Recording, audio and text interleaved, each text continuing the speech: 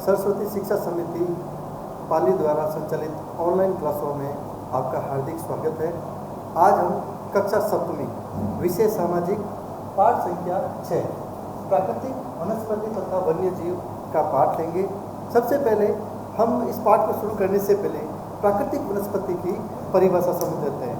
प्राकृतिक वनस्पति वह वनस्पति जो प्रकृति के द्वारा अपने आप स्वयं उग जाती है, उसे प्राकृतिक वनस्पति कहते हैं। तो हम सबसे पहले प्राकृतिक वनस्पति की परिभाषा जो है नोट करेंगे।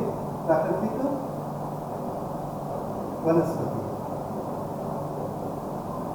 सीधे सीधा भी आपको बताया था ही मैंने कि वह वनस्पति जो प्रकृति के द्वारा अपने आप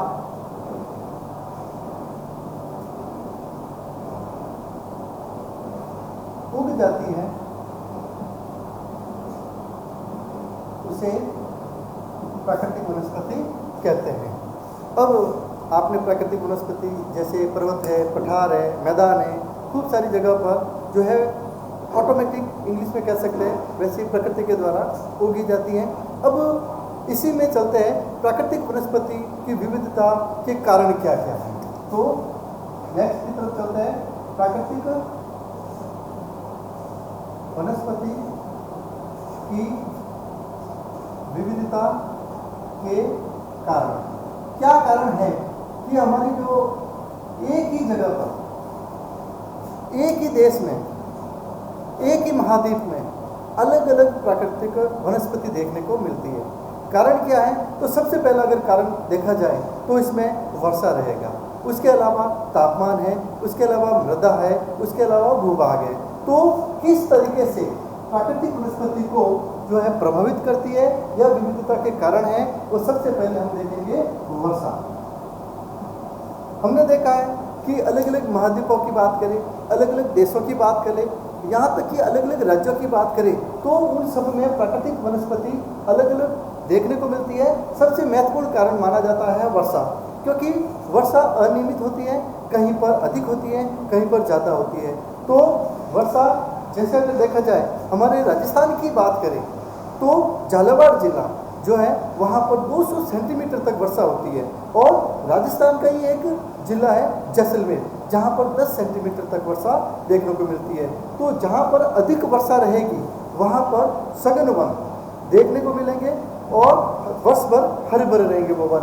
और अगर वही जो कम वर्षा वाले क्षेत्र हैं जैसे रेगिस्तानी एरिया, जैसे अभी मैंने उदाहरण दिया ही है जैसलमेर, वहाँ पर कंटीली झाड़ियाँ, आक, फॉग, कैटक्स, नागफनी, ऐसे जो पेड़ पौधे हैं आपको वहाँ पर देखने को मिलेगी। दूसरे नंबर पर चलते हैं तापमान। तो प्राकृतिक वनस्पति की विविधता का महत्वपूर्ण दूसरा कारण है तापमान, जिसे कहते हैं टेम्परेचर। तो जहाँ पर उच्च तापमान है वहाँ पर अलग प्रकार की वनस्पति आपको देखने को मिलेगी, और अगर जहाँ निम्न तापमान है वहाँ पर आपको जो है अलग तरह की वनस्पति या पेड़ पौधे देखने को मिलेंगे।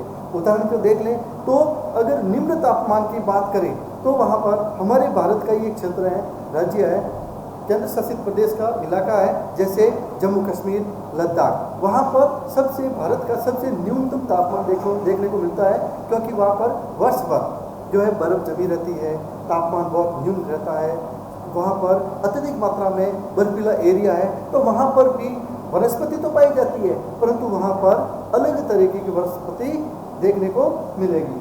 दूसरी बात है जहाँ पर उच्च तापमान, अभी इससे पहले वर्षा वाले में भी मैंने उदाहरण दिया था। तो उच्च तापमान में अगर देखा जाए तो हमारा गुजरात का कच्छ का रण, दूसरा राजस्थान का पश्चिमी एरिया जहाँ पर अत्यधिक मात्रा में रेगिस्तानी इलाका है, वहाँ पर सर्वाधिक जो है उच्च तापमान देखने को मिलेगा। लगभग 45 डिग्री सेल्सियस से अधिक का तापमान यहाँ पर हमारे देखने को मिलेगा। तो वहाँ दोनों के अंदर, दोनों जो एरिया मैंने बताए हैं, उन दोनों एरिया में वनस्पति अलग अलग मात्रा में या अलग अलग तरीके की वनस्पति देखने को मिलेगा। इसी कारण से विविधता के कारण जो है तापमान को भी माना गया है।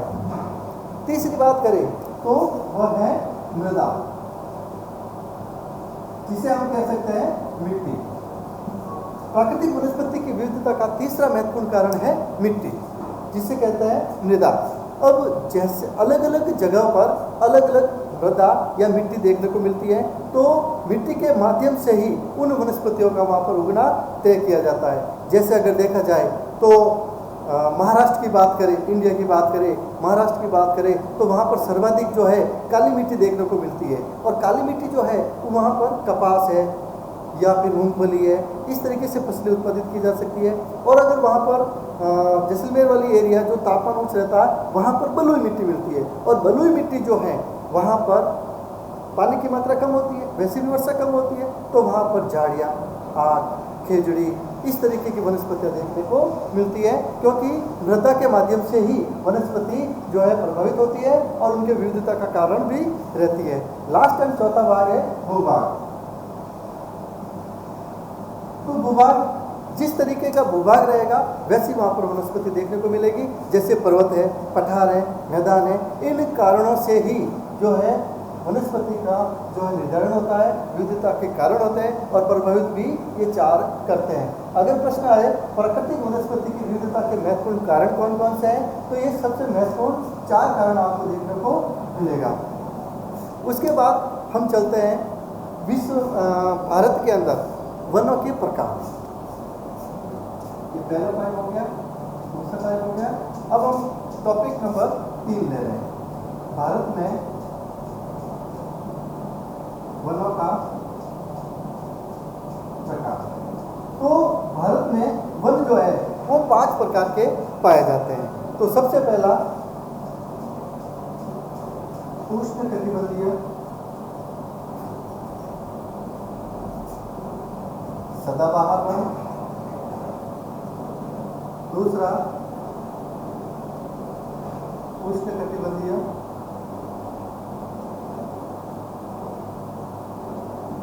पर्णपाती वन, तीसरा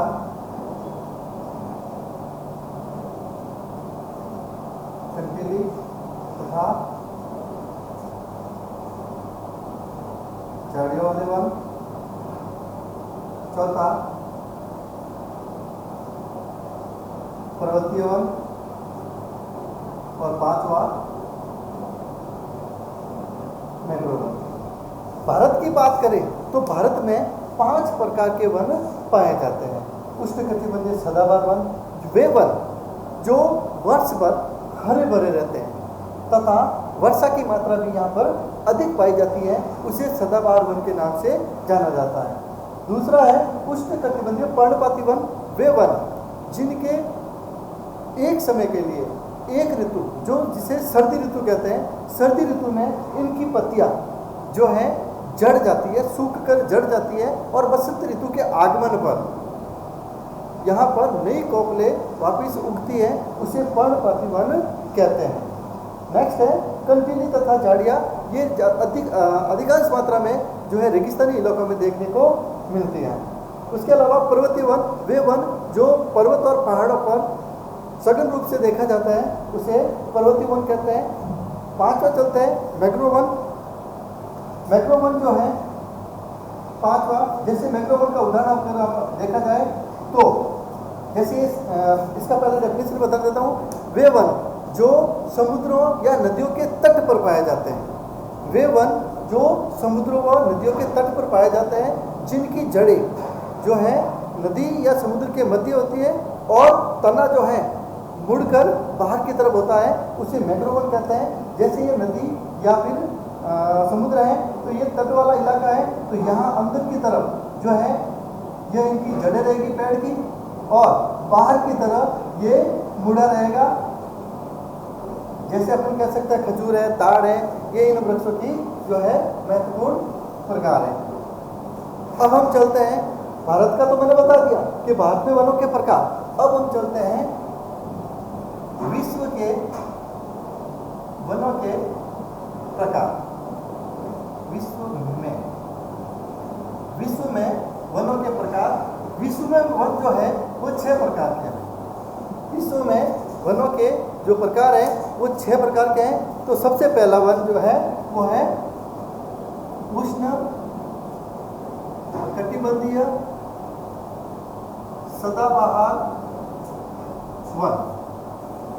दूसरा शीतोष्ण सदाबहार वन। तीसरा उष्ण कटिबंधीय पर्णपाती वन। चौथा है शीतोष्ण पर्णपाती वन। पांचवा है शंकुधारी वन। और छठा है भूमध्य सागरीय वन। अब थोड़ा सा इनका जो है डिटेल ले लिया जाता है कि विश्व में जो वनों के प्रकार जो है वो 6 माने जाते हैं। सबसे पहले मैंने बताया है उष्ण कटिबंधीय सदाबहार वन। तो सदाबहार वन की विशेषता मैंने पहले भी इंडिया में भी बताई थी कि वे वन जो वर्ष भर हरे रहते हैं उन्हें सदाबहार वन के नाम से जाना जाता है। वहाँ पर वर्षा की मात्रा भी अधिक मानी जाती है। पर थोड़ा सा अंतर यहाँ पर है, यह जो है वह ग्रीष्म ऋतु में देखने को मिलता है।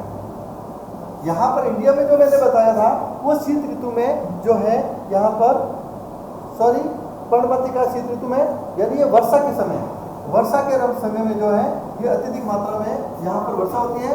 यहाँ पर भी जो है अत्यधिक मात्रा में वर्षा देखने को मिलती है। दूसरा है शीतोष्ण सदाबहार वन। अब यहाँ पर वर्षा मैंने अधिक बता दी, साथ में ये ऋतु, यहाँ मैंने सही बताया था, ऋतु जो है वहाँ पर ये गर्मी ऋतु ही होती है, क्योंकि उष्ण कटिबंधीय क्षेत्र मैंने पहले ही बताया है। तो उष्ण कटिबंधीय सदाबहार वन जो है वह गर्मी ऋतु में जो है भी वर्ष भर हरे भरे रहते हैं। ठीक है, सेकंड चलते हैं शीतोष्ण सदाबहार वन। यह शीत ऋतु की बात यहाँ पे आती है। यहाँ पर भी शीत ऋतु में भी सदाबहार वन होता है। यहाँ तक भी यहाँ वर्षा का भी अगर आंकड़ा देखा जाए तो यहाँ पर भी उच्च माना जाता है।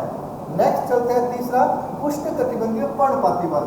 इससे पहले भी मैंने पर्णपाती का डेफिनेशन बताया था कि वे वन जो एक समय के लिए इनकी पत्तियां सूख कर टूट कर नीचे गिर जाती है और बसंत ऋतु के आगमन पर इनकी पत्तियां वापस पुनः आ जाती हैं, उसे पर्णपाती वन के नाम से जाना जाता है। इनको भी 2 भागों में बांटा गया है। एक तो जो पर्णपाती वन है, एक तो ग्रीष्म ऋतु में इनकी पत्तियां टूटकर नीचे गिरती हैं, और दूसरा मैंने बताया है शीतोष्ण पर्णपाती वन जो शीत ऋतु में इनकी पत्तियां जो है वो टूटकर नीचे गिरती है। नेक्स्ट चलते हैं शंकुधारी वन। वे वन जो ऊपर से शंकु आकार के होते हैं उन्हें शंकुधारी वन के नाम से जाना जाता है। और लास्ट है छठा भूमध्य सागरीय वन। वे वन जो हमारा इंडिया जो विश्व का अगर हम जो है मानचित्र का देखा जाए या फिर हम ग्लोब को देखा जाए तो ये बीच में भूमध्य रेखा है, तो उनके आसपास में जो है ये भूमध्य सागरीय वन देखने को मिलता है।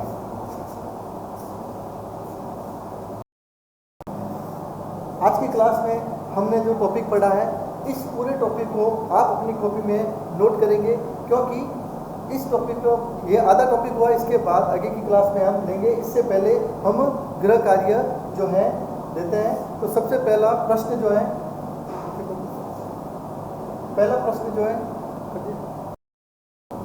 आज का हम गृह कार्य देखें तो इस लेसन के अंदर 3 प्रश्न जो है बनते हैं। पहला प्रश्न प्राकृतिक वनस्पति किसे कहते हैं?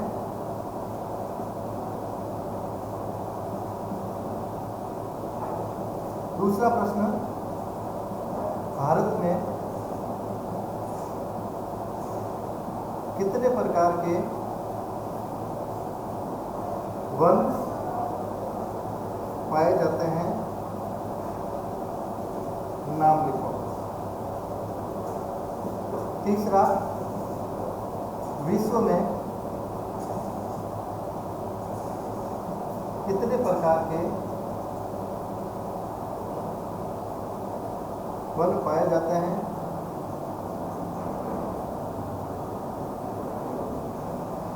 नाम सभी भैया जो है यह गृह कार्य के रूप में हमने 3 प्रश्न दिए हैं, 1, 2, 3। इन तीनों प्रश्नों के उत्तर अपने जो है नोटबुक में करेंगे। और ये टॉपिक हो गया। उसके आगे का जो टॉपिक है हम नेक्स्ट क्लास में करेंगे।